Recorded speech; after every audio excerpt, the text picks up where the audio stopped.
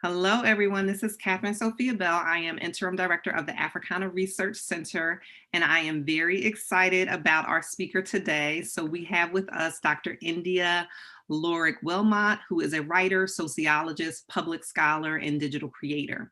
She is also the 2020 Gloria Anzaldúa Award Recipient from the American Studies Association's Committee on Gender and Sexuality. Congratulations on that award. She's a senior lecturer in sociology at the College of Professional Studies since 2001. She's also the inaugural scholar in residence at Northeastern University's John D. O'Brien African American Institute, and she was in that position from 2018 to 2020. Her publications and research projects focus on issues impacting diverse racial, ethnic, and immigrant communities across the Americas. Dr. Lorick-Wilmot is the author of 2 books, one, Creating Black Caribbean Ethnic Identity, published in 2010, which was awarded the recommended read for undergraduate and graduate students, community organizers, and nonprofits by Choice Magazine Reviews, Association of Colleges and Research Libraries in 2011. And 2, Stories of Identity Among Black Middle-Class Second-Generation Caribbeans, We Too Sing America, published in 2018, as well as various articles, white papers, and book chapters. Dr. Lorick-Wilmot's 3rd book is part of a larger digital media project, Journeys of Belonging to Blackness, which includes a YouTube channel and a podcast, Talking Journeys of Belonging to Blackness, which is available on Spotify, Google, Apple Podcasts, Stitcher, and TuneIn. Journeys of Belonging to Blackness is an ethnographically grounded, sociologically and historically informed audio and visual media arts project that reveals the complexities generated by gaps and omissions in public accounts of African descendant racial, ethnic identity and personhood, gender, nativity, and biogeographic ancestry. And more information is available about all of this on her website, www.indialorick-wilmot.com. She is going to be speaking to us today about Lens of Blackness, Scholarship Meets Digital Storytelling with Journeys of Belonging to Blackness. And I am excited to hand it over to Dr. Yndia Lorick-Wilmot. Thank you so much for being our final ARC Power Hour speaker. This is a wonderful way to end the semester, and I'm looking forward to hearing your brilliance. Oh, thank you so much, Dr. Bell. I appreciate the opportunity to be able to share with your community out at Penn State and for other guests that might be joining us at some point or are listening and watching the Zoom recording. Is it possible that I can share my screen? Yeah, okay. You know, you would think that with all the Zoom meetings that I have to do that I would know what I'm doing at the time. Let's see if I could, is the speaker view right here on the left, on the right side, something that you all can see? It's blocking your view? All right. Oh no, I can see fine. Okay, so maybe I'm just seeing it. Perfect, so I'll begin. And I think I'll begin with providing some context as to the song that was part of the intro that I selected. For folks who know me personally, know that I love Calypso music and soca. I'm a child of Caribbean immigrants, and we listen to a lot of music. I actually grew up in a very eclectic artistic household, so I encountered a lot of different kinds of genres of music, but there's something about Calypso and soca that really speaks to my soul. And one of the artists that's my favorite is Lord Kitchener, also known as Aldwin Roberts. And the song that I selected is one of the great songs that I think he has, although it's not one of the more popular ones. And the song that I chose is called Pan in A minor. And I encourage folks to go back and actually listen to the lyrics, because one of the things I love about Calypsonians is the fact that if you listen past the beautiful melodies and the tempo, there's actually a lot of story that's being told. Life lessons, all kinds of funny or even sad experiences. It reminds me of just the ways in which people also talk about country music, for example.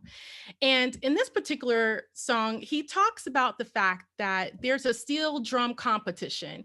For folks who may be unfamiliar, right around carnival time, pretty much like a week before or days leading up to the parade, there's actually a lot of festivities and competitions around steel drums. And so he talks about the fact that he's being asked to come up with something new. Now, I'm not sure why as a lyric in the song, he vacillates between whether I don't know if I should or I don't know if I shouldn't, but essentially the rest of the 6-minute song is about how he actually goes ahead and does this. And what he's doing and what he ultimately describes that he does is that he actually creates something new. He's pushing the limits. He's doing something that no one has ever seen, heard, or experienced before. And through each stanza, he begins to talk about the ways in which, through performing in A minor, because the presumption is that perhaps steel drummers didn't really play music in A minor, but he decided, I'm just going to do something new. And what he begins to describe throughout the rest of the song is the way in which he normalizes this new creation, which not only impresses the judges in the competitions, but also the great other musicians that are notable in the room as well. And then by the last stanza, he then says that basically everyone starts to adopt this particular mode.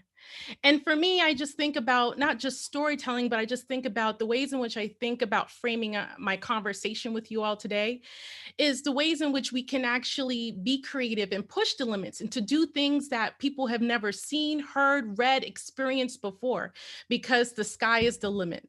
And so in this regard, that's where I believe that scholarship can meet digital storytelling in a very innovative way. So to, I guess, frame part of my talk is to frame it in the ways in which I've come to enjoy stories and storytelling. I am a person who enjoyed stories and movies from the late 70s and early 80s, where it was like a lot of sci-fi, fantasy. You're reading these books, you get to the end of the chapter and you're trying to figure out, well, what's the protagonist going to do? Protagonists can have like 3 or 4 choices to make. And depending on the options that you choose for your protagonist, you're flipping through to page 91 or 103 just to kind of figure out how does the story propel forward. And hence, the talk is framed in that same way. So in terms of storytelling, I think that there are 3 overarching arcs to, or places in an arc of a story. The first is the call to adventure, right? And it's really the story behind the story, the impetus for why is it that our protagonist is even engaged in this adventure that we're going to perhaps read or watch. The second is the road, which is really the actual journey, the action-packed part of the story that we kind of figure out, well, what does our protagonist experience? What do they kind of learn?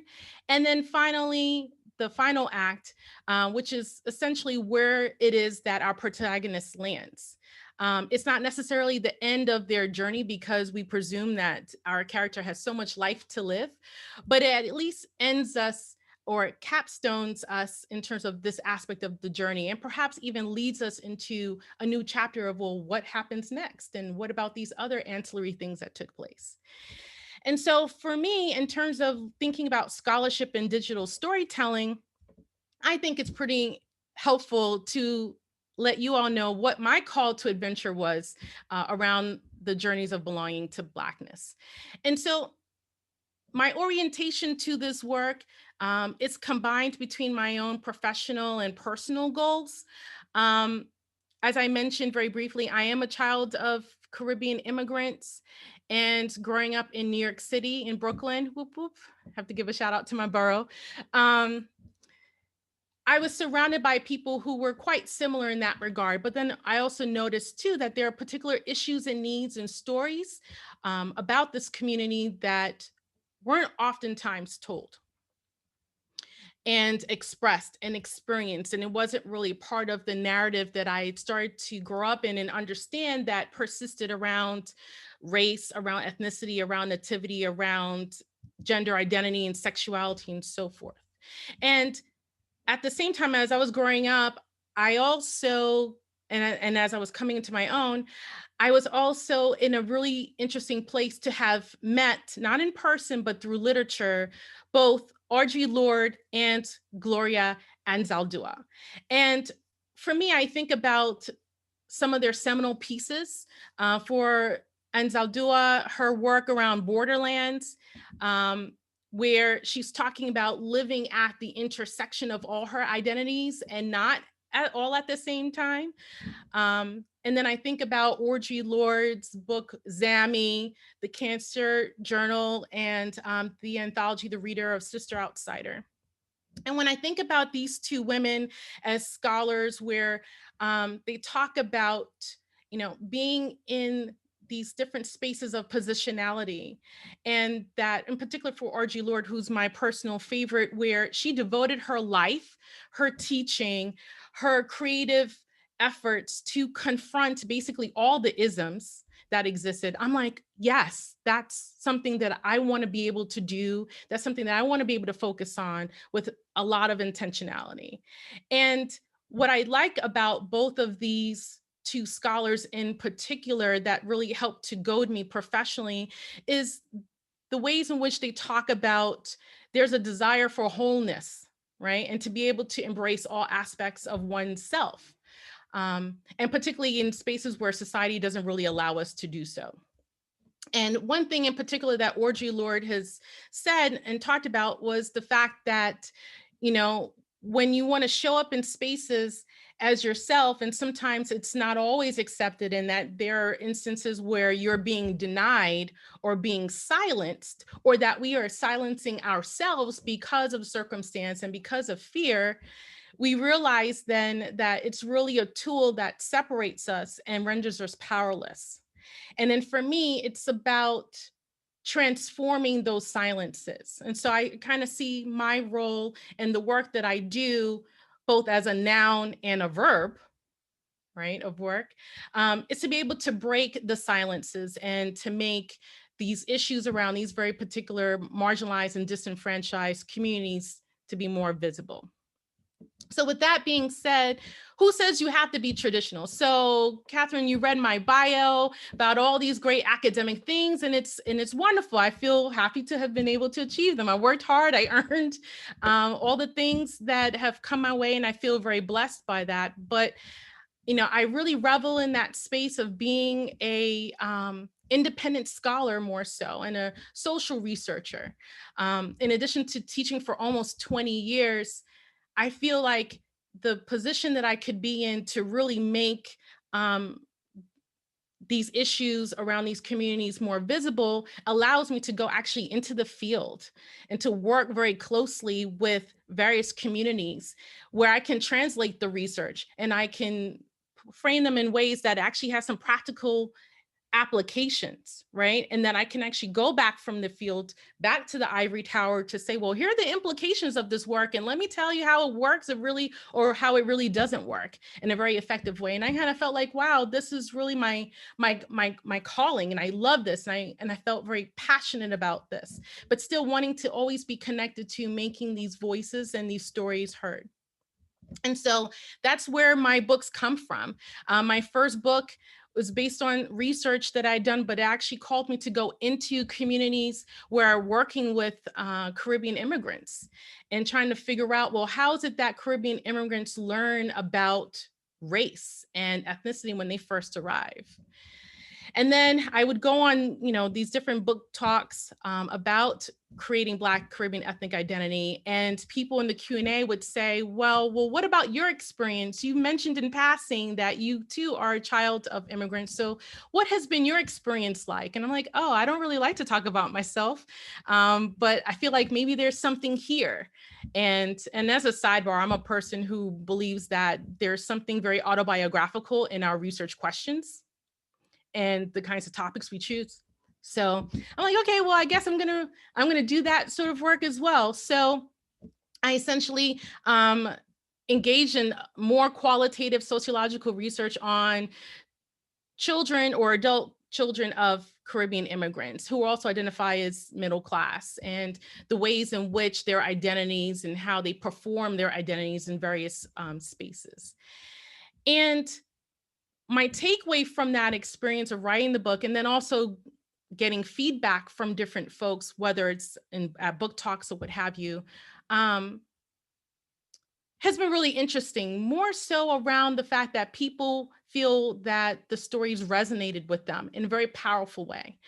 And then I started getting these other kinds of emails from folks that would say to me, well, because it's an academic press, they're like, this book is really expensive and I was only able to afford to read a chapter or two. And I kept constantly getting that kind of feedback. Now, granted, I have no, no, I can't take any responsibility for the pricing of the book. I mean, that's something that's obviously set forth by the publisher. But I then realized that if I'm in the community and I'm also sharing this work, working with the community, but the community in themselves can't access this work, then what's the point, right? What's the point? How is it that I'm making these stories visible if it's essentially not being visible? And that's where I got confirmation and affirmation from the universe, really, to say, you know what, if you're going to continue to do this work, you have to think bigger, badder, and more boldly about how you approach the research and translate it for folks. And so that's where we come to Journeys of Belonging to Blackness. And as part of the digital storytelling component to why is it that I'm choosing to use this as a particular tool, is the fact that I think that storytelling is provocative and it's natural and it's cognitively sticky, right? And so we've all been there when we've had to read some really interesting research that people are telling us, this is seminal in your field, you have to read it. And you're like pulling your hair out because it's so boring. And for some reason it's not resonating with you, but you know that you're supposed to be doing this right now. And it's because it's not that the content isn't rich and that there isn't something of value, but it's something that it doesn't resonate in your brain in the same way. And so as you can see by this picture or pictorial representation around brain and brain functioning, we learned that when we are telling stories, like the one that I'm telling right now about stories, they're parts of your brain that's if we were in an MRI, it would actually light up. Our brains will be lighting up in the very same way, right? Because there's things called neural coupling that's happening, that there are parts of our cerebral cortex and other parts of our brain that's being activated similarly, where you two are seeing and hearing and visualizing, oh, I think what Yndia is saying is true. I've experienced that. I've seen that. I disagree with that. Like there are things that are firing off. And that's what makes stories and facts and even the research compelling and sticky, right? And so for me, thinking about, well, one, how can I make these stories and this research available and more visible for folks? Then I feel that, unless you are an academic, I'm thinking most people aren't. So it's just like, well, why not tell a story or present the research and utilize storytelling in a way that's also compelling and draws people in so that I can still have the same effect at the end, right? That people take away something from this research and actually do something about it.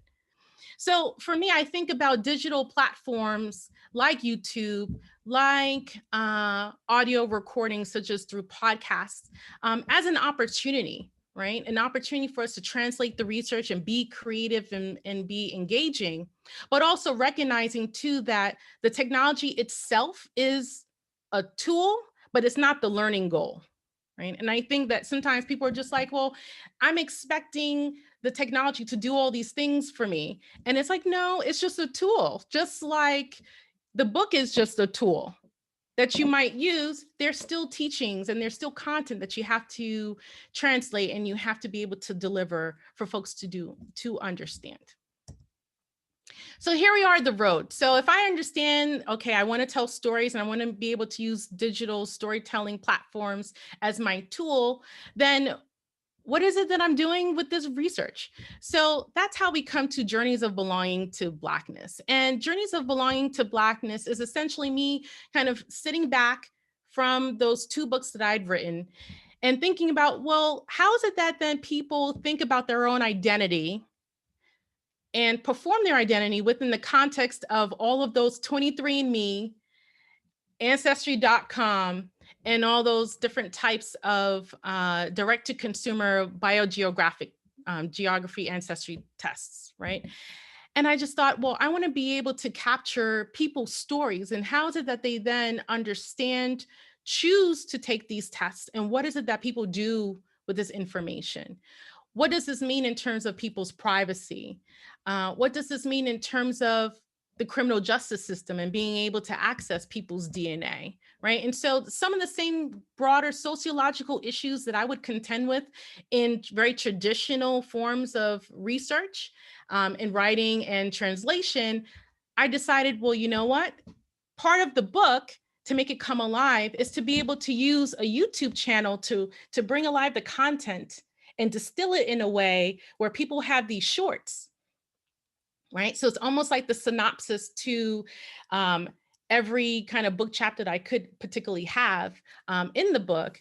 I can sort of spout it out. People are like, oh, that's interesting. That's what's covered. So when they're reading the book, they're like, oh, yes, I got it, you know? And so as part of a learning tool and recognizing that people do learn differently, it makes things and concepts resonate with folks in very effective ways. And so for me, I'm thinking in terms of the YouTube channel, you know, engaging in research with creativity and purpose, right? So with the same theme of the fact that this work is going to amplify issues impacting African descendants. Again, still to my purpose around edifying voices and the positive experiences of African descendants. And importantly, because I'm a scholar, employing qualitative methodology and grounding this work in theory, the same sort of litmus test that scholars are subjected to. Having this platform of a YouTube channel is no different, right? And to the whole point around visibility, I can't be a public scholar without the public's access to the work, right? Otherwise, it's just sitting on a shelf someplace that maybe someone will go into the library and the librarian might say, well, we could get it through interlibrary loan and do whatever with it, right?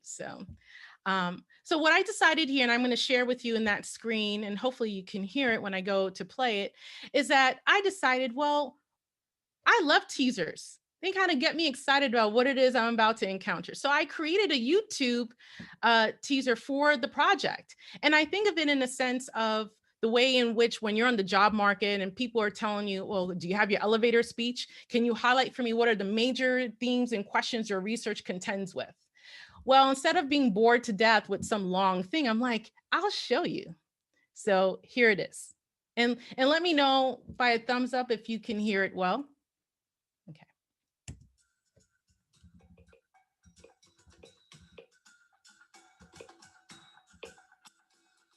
Journeys of Belonging to Blackness is a sociological project that focuses on the journeys, both geographic and metaphysical, of African descended communities across the United States, the Americas, and globally, as it relates to how individuals understand, negotiate, and articulate Blackness, or simply put, what it means to be Black. In just the first few months of this new year alone, over 26 million people have purchased home ancestry testing kits from over 70 companies worldwide. Many advertisements that exist today, both in media and online, feature people of color providing testimonials on their DNA results. And the test results themselves can impact how African descendants perform Blackness. How committed are people to their family folklore, and how do these tests support or challenge the stories they've been told, as well as the ones they've been telling about themselves? I've interviewed scores of people who have also considered these questions and several more. What are the motivations for African descendants to participate in such genetic ancestry testing? And what bearing do their results have on their conception of their racial and ethnic identities in regards to their gender, class, or even when it comes to their philanthropy? What are some of the reasons some African descendants refuse to take these tests? What does having access to genomic data mean for African descendants and even race relations in the future? What are the privacy and consumerist implications people should consider before taking them?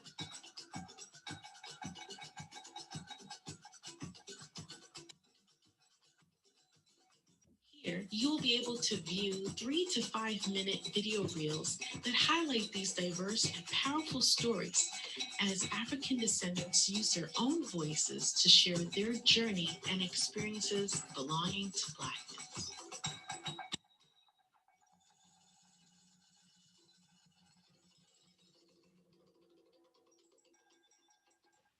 I made that music myself too. Yay.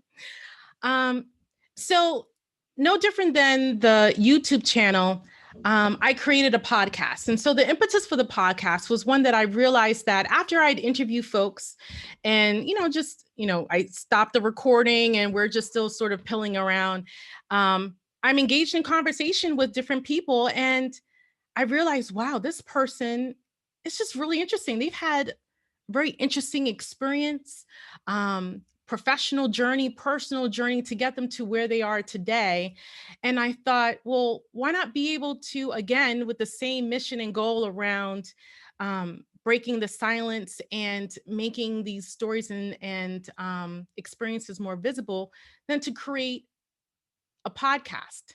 And so again, it still follows along the same kinds of themes around amplifying and edifying the voices and experiences of African descendants. But again, it's still using this tool in a very different way, right? Same content, same mission, goal, purpose, but it appeals to people. It changes accessibility to this work.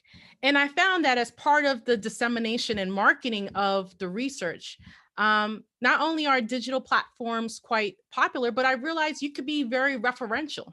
So instead of limiting yourself to the reference section of your paper, your book, you can reference yourself in the sense of, well, the YouTube is referencing the book, which is referencing the podcast and so forth, right? And I realized as well that by being able to be digital, you have the opportunity to build your network of folks, right? So you're not siloed in the ivory tower, but you may have people that wouldn't normally have access to your work, but are listening to the podcast and then they want more, or they came across your YouTube and says, hey, this is really interesting. I want to learn more. Right. And so for me, it's about having a broader public engagement with the research in ways that I didn't think I could have done if I'd stayed very traditional in my approach and my dissemination of the work. Let's see. So where we land. So what I've learned so far is that, look, when it comes to scholarship, infusing scholarship with storytelling and digital media, it's still an iterative research process, right? And because I'm a qualitative researcher, I'm quite familiar with, hey, you have to be open and flexible, because there have been times I've been out in the field and realized I had this great plan and it didn't work out because the person who may have agreed to be interviewed decided, no, I don't want to be interviewed, or things happen and you have to pivot and be resilient and realize I have to be flexible in order to accomplish my goal. So when I think about using digital tools and digital storytelling, again, it's being open and flexible. For me, professionally, personally, and to kind of share this sort of sage advice, is realizing that, guess what? Your journey is your own, right? I think that I come into contact with a lot of people who reach out to me because my path that I've decided to take isn't very traditional. There aren't a lot of people who decide to say, well, I'm going to have one foot in academia and one foot in the field. It's almost split professionally as a dichotomy, right? And that you feel and know that there are some very real external measures that are being imposed. And I get it, right? We need to eat, we need to be able to survive and pay our bills and survive and thrive. But recognizing that you still have the ability to be creative, strategic, and very entrepreneurial about your career and the choices that you're making, even when it comes to how is it that you're using other kinds of tools as part of your scholarship and your scholarly approach, right? So for me personally, and what I would share for folks is that be able to identify your passion and be able to operationalize it, right? And so just as I started off in the talk and talking about the ways in which I saw parallels between the scholarly approaches of both Audre Lorde and Gloria Anzaldúa and myself, I'm thinking, well, that's what I want to do, but I'm going to do this in a way that feels right for me and that I'm not operating in the space of fear. Because at the end of the day, I'm not trying to be in a position where my work, my gifts, my efforts, and my goals are being silenced, because then I fall right into that narrative, that prevailing narrative that seeks to keep me silenced and oppressed. But that's all deep. So we're going to end on a lighter note, right? In terms of being strategic and entrepreneurial, I would add network beyond your discipline, right? And I think that's really important because in many ways, folks are siloed and we're comfortable when we're like, oh, I know this other sociologist because I'm a sociologist and I'm in women's studies. And so you're in women's studies, and people want to always kind of be a little bit clannish in that regard in terms of their disciplines. But what I've come to realize is that as part of my work, I learned so much from folks who are not in my discipline, right?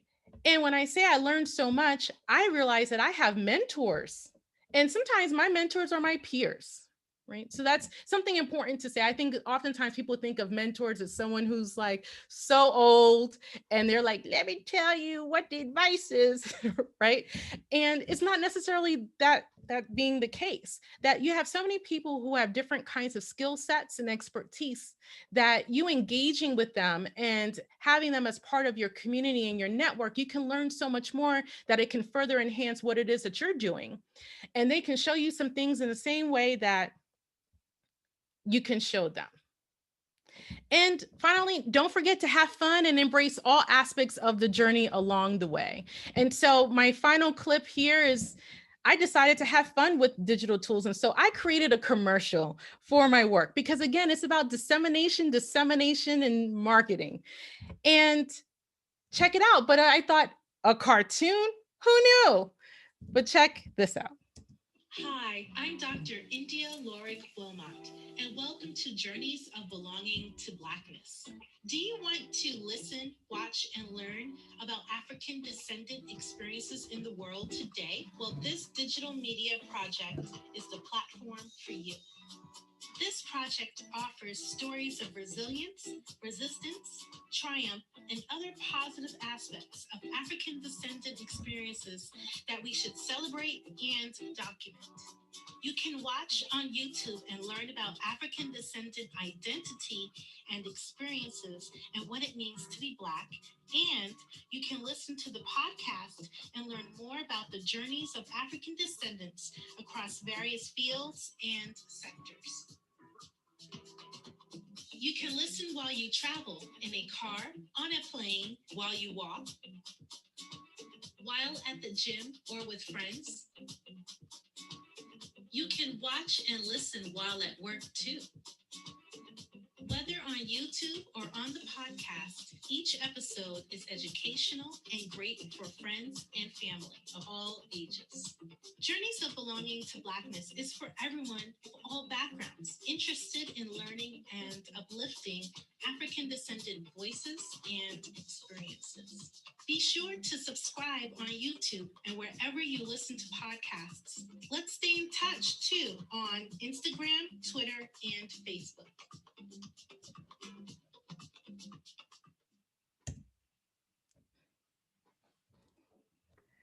That was amazing. I love the little dance at the end. Oh. I mean, all the content was brilliant, but on the commercial, I like that she did a let's stay connected. Yes. Well, I have to throw in a two-step kind of thing. What's interesting about that, and I'll just end, but when that was distributed, I had a lot of educators from K through 8 reach out. Mm-hmm. Right. And so a positive but unintended consequence of that. And so I spoke to a friend of mine who's in that space, and she said, I think it's because, one, it was a cartoon, and two, because you pitched your voice. So you sounded younger than your normal speaking voice. And so they thought that was like appealing because I wasn't even thinking, well, K is kind of young, but I wasn't thinking necessarily middle schoolers as my target population. I was thinking, okay, for educators to be able to use this high school and beyond, but just doing something that creative and not so unintentional yielded something that I never anticipated. In terms of, I just have a whole other audience being exposed to this research and this work in ways that I had never anticipated. So anyway, but I'll stop there. Thank you so much. Thank you so much. That was amazing. So a couple of highlights that I want to just like say and then open it up to the for questions and answers. One, I appreciate just, you know, how intentional you've been in terms of the decisions you've made with not only the books that you've written, but also like the connections you're making between the YouTube channel, the podcast, and the book project, and like just being really intentional in connecting those things. And I love the way that you articulated, you know, accessibility being important for you. And so it's just like, okay, if I want this work to be accessible, these are some of the decisions I'm making around that. And so providing people with options to think about how they may want to go about doing that. And then the other thing that I appreciate is that you are very much like it is accessible, right? Like I can see how it would be used, even as I was watching the earlier parts with the first YouTube kind of teaser that you were talking about. I could see how, okay, if you were teaching this material, you can assign the reading, but you can also assign the YouTube channel, you know, videos. You could also assign the podcast as part of your curriculum.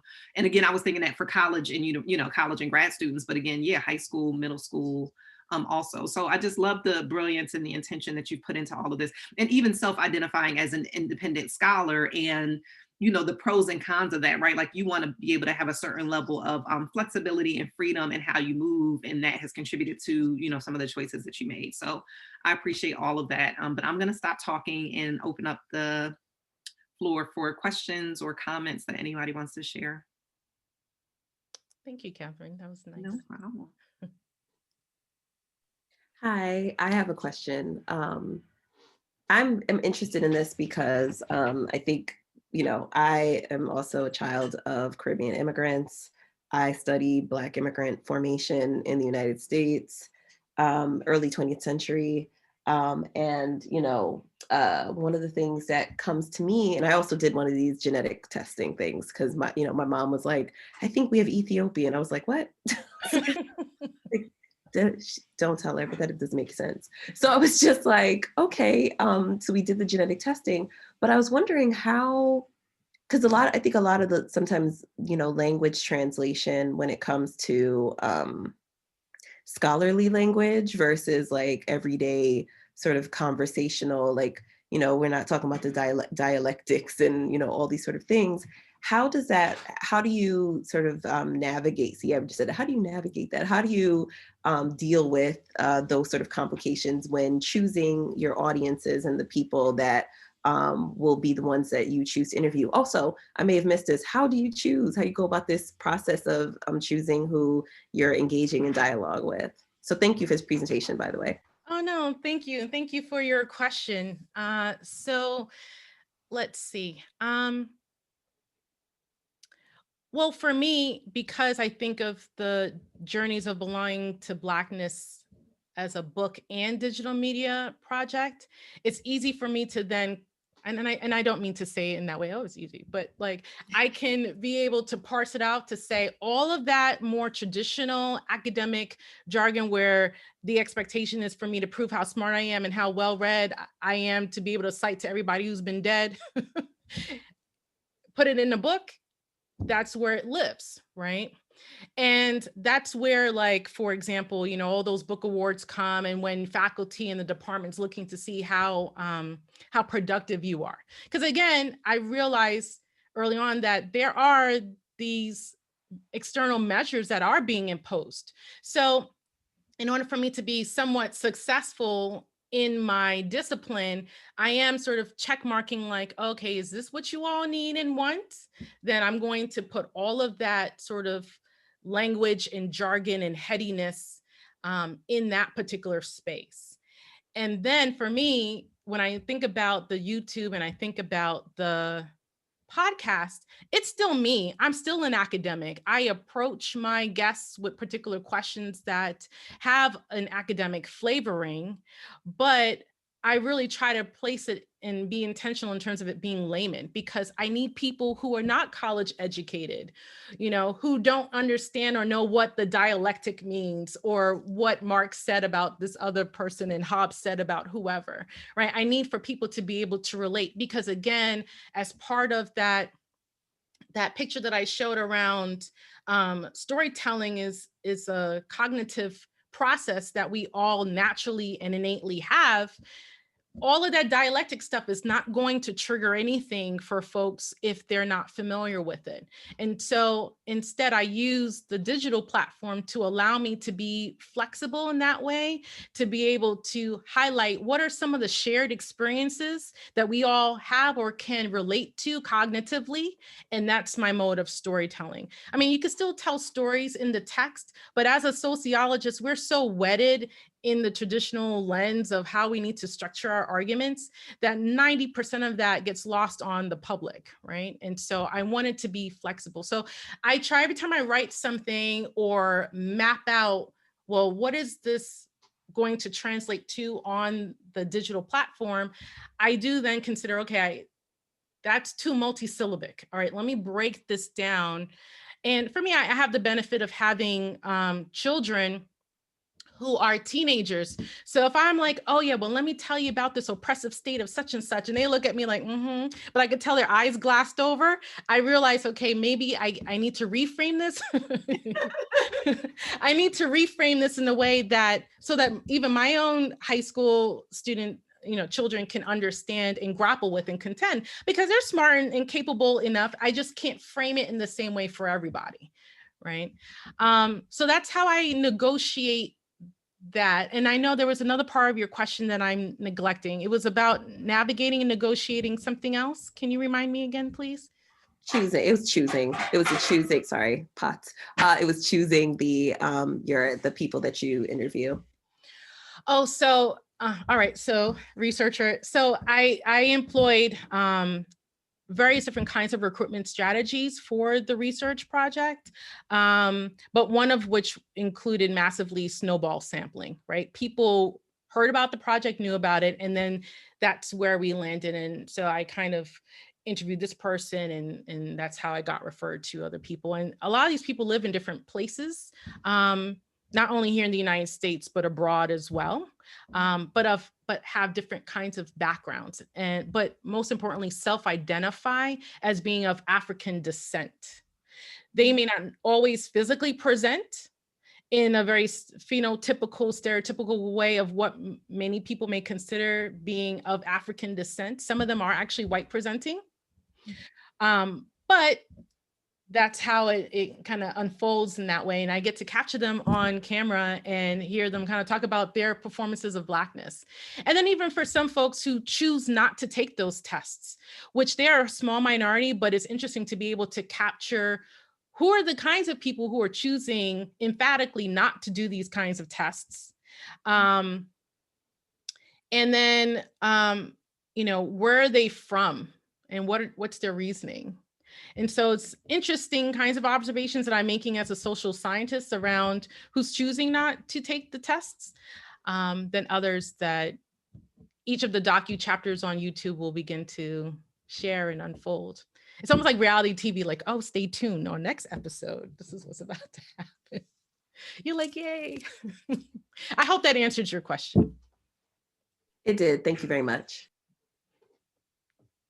Okay, do we have any other questions? Yes, Ivana, and then Ralph. Okay, thank you so much for a wonderful talk. I was just curious, first, the technical skills involved in each of these projects. Were you building on the stuff you already knew, or did you have to learn a whole new set of skills for every project? And then if we have time for another question, do you have a sense of how this has increased your audience, and who is seeing your materials and who's getting in touch with you? Yeah. Thank you. Thank you so much for those questions. So I'm all self-taught. If it's Google and YouTube, they are my classroom. And, I do have some graduate students where, who focus on digital media and communications, and I may say, okay, I'm wrestling between these two different kinds of programs and software, which is the better ones. And like I was saying, as part of my network, I have people who are musicians and producers. So I'll ask them, because I also have to be very mindful about how I'm spending my little funding money. And so I'm like, okay, I can't pay you, but can I pick your brain about, what's the best mic? What's the best software? And I'm just self-taught. And so that's one of the things about being strategic, being creative, and being entrepreneurial, that because I'm often in a space where there aren't many people who are doing what it is that I'm doing. So it's not like I can go and ask for very specific advice in terms of being an academic and doing a lot of this kind of digital work. And so I have to I self-teach or self-taught myself, if that makes sense. And that's okay. It's not okay when you're up against a deadline where you're like, oh, I was supposed to have this done, but yet I still don't know why when I right click, it's not working or what have you. But I think it takes a lot of patience and, again, being flexible. And to me, that's no different than, let's say, you were using SPSS, and then all of a sudden someone says, well, you need to use this, other kind of software, and you're like, okay, conceptually I get what this is supposed to do and what I think I'm supposed to be managing with this software, and then thinking, oh, okay, I have to kind of figure this out, and trial and error. It just takes a little time, but you have to be patient with yourself and kind with that regard. And in terms of the audience, well, let me tell you, I think it's really interesting. I get a lot more emails about the work. Then I'm like, hey, but you didn't subscribe to the channel. So I know you're watching it, but why aren't you subscribing? So I would say currently for the YouTube channel, I have a good amount of views, like in the hundreds for a number of the videos, although I may only have like 80 something subscribers. So for me, it's a learning curve, right? I feel like I'm not really into social media. I'm learning grow the audience in a way that I'm thinking, oh, this is interesting. The podcast, I would say I've had far more success. I have listeners from over 32 countries worldwide. Maybe a little bit more, like around 35 states show up in the United States. So I'm like, wow, there are people, I don't know anyone in Minnesota, but I have listeners in Minnesota. I'm like, okay, that's wonderful. This is really affirming. Oh, I don't know anyone in Kawutsa-stan country. I'm thinking, wow, like that's pretty cool. Like you're listening to it all the way over there. And I currently have over 1,000 subscribers when the analytics get pulled down. So I'm like, yay, that's nice. So it's more than just my mama listening. It's other people too. And I'm giving a little shout out because the woman in that box where it says Ralph Belton, that's my mom and her husband. So my mom's like, do I get to ever see you speak publicly? And I'm like, as long as you don't nod your head like this, we good. So now she's embarrassed. So when we get off, she's going to say to me like, why did you say all of that? So it's love. It's love. So much love. Well, of course, I have to open the floor to your amazing mother. Thank you for bringing Yndia into the world and sharing her with us. What would you like to say? I wanted you to say something. I'm very proud of Yndia. I'm blessed. And I would like her to continue doing the good work so that we can all enjoy. So we can all have happiness and peace in our lives. Oh, thank you. Thank you, Mama. You're welcome, darling. Okay. So I pardon me if I sound like I'm rambling a little bit, but I'm looking at the work you're doing. It's very good work. I wish when I was a kid that there was somebody doing that kind of work that allowed me to understand or have role models that looked like me. I had to do a lot of searching for it. So I'm wondering in my mind, what are you doing to inform other adults that are responsible for the education of the young in the importance and so that they have that kind of information to disseminate? I mean, some of these things I had to explore on my own. You know, it took a lot of effort and searching because the literature was not necessarily there. A lot of it was because people of color have a very strong oral tradition that I was able to get a hold of some of that information. But we need to, in the academic sense, formalize all of this and make it available to as many people as possible. I know that we have people of color, even younger ones, who are, for lack of a better term, lost at sea. There's no one necessarily informing them of role models or things that they can identify with. So in the context of what you're doing, how do you envision that happening?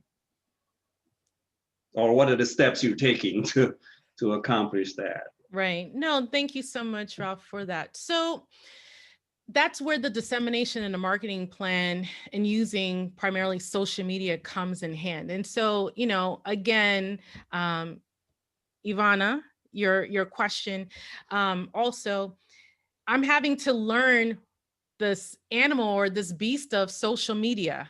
You know, I had to get a Twitter account. I had to make sure that when I created, say, an Instagram account, that I made it where it's public along with my Twitter. So that means I don't post pictures of myself and my children and my family and that sort of thing, like kind of keeping it focused in that particular way. Or that even on Facebook, I have my own personal account, but the project itself, as if it's an entity or as if it's a business, has its own Facebook as well. And so kind of thinking about, well, how is it that I can actually use social media as an important dissemination tool or platform to be able to share out this information. But again, it's highly reliant on having key folks distribute and repost and retweet and to do all of that sort of work. And so, you know, the fact that I put the podcast, and the podcast is public, like it's free, as long as you have internet and you don't mind using an email address, which everyone is required to have these days. Even children have email from school, right? As long as you have an email and you have access to internet, and even if you're using some prepaid mobile device, you can download and access this information, and it's free. Even though we still have issues around the digital divide. The same goes for YouTube.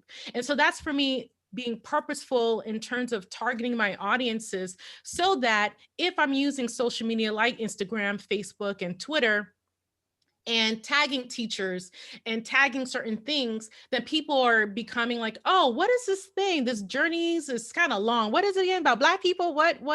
And then it drives them to social media, drives them to these different links. And then it just takes a listen. It just takes a watch. Like that cartoon is 1 minute and 10 seconds.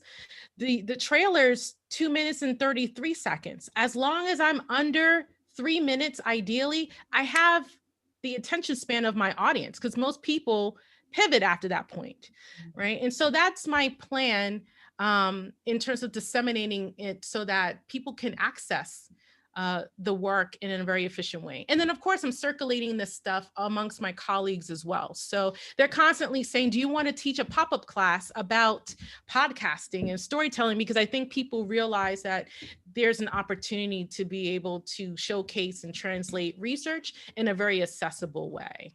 So I hope that I answered your question. That's good enough. I mean, you know, it's a topic that's very close to me personally, especially in the context of how I had to figure out who I am as a person of color. So I'm thinking, and also in the educational field, so I'm always thinking of ways of making it easier for people to get a hold of pertinent information. And hence my question. how do we make it easier for them to get to that? And part of it is making them interested in it. You know, some of them don't know that they're supposed to be interested in it. Right. So Thank you for your question. yes, thanks. Thank you so much. It was an honor to have you guys in on this. This is beautiful. Thank everyone for your questions and for your attendance and just support of the Africana Research Center Professional Development Power Hour. Let's give another round of applause to Dr. Yndia Lorick-Wilmot. Thank you again for sharing your brilliance with us and teaching us how to be more creative and how we do the things should we want to kind of venture out and make our work more accessible in these ways. So thank you so much for sharing with us. No, All right. thank you. Thank you. And can I just say something, Catherine? And I think, Catherine, you are the prime example of how is it that people support one another. So one, I appreciate the platform to be able to share this work with each of you. Again, this is another sort of dissemination opportunity, right? I have now 8 participants that are logged on, and there are probably going to be a few more who are going to be watching. And so for them, it's just like, I'm growing the audience in that particular way. But you know, I say all that to say that this opportunity comes from a person like Catherine, who she's that person that when you're not in the room, she's still supporting you. And I think that when we're talking about building out networks, whether you are still a graduate student, a postdoc, early in your career, or even down the road professionally, always being able to have people who will support you, big you up, sponsor you, even when you're not in the room. And so, Catherine, I appreciate you. Thank you for the opportunity. Thank you for doing this for me as well. I haven't been following the chat because I've been talking, but if you are a new audience member to the project, thank you very much. This was great. And I know we're at time, so I appreciate you all. Okay, thank you. Thank you so much. This was amazing and fabulous. And yes, I put India's email address in the chat, so you can check that out and have access to all the things. I hope you guys have a wonderful end to the semester. We're down in the kind of tail end of things here. So classes in December 11th here, and then there's finals week for people who are teaching. But you know, make sure you're resting and not like burning a candle at both ends as we get to this kind of final stretch of things. Or if you are burning a candle at both ends, let the people in your life know, and then make sure you take a break afterwards. All righty. Thank you. No problem at all. Thank you guys for being a part of this. I'm going to play the music again as our outro here.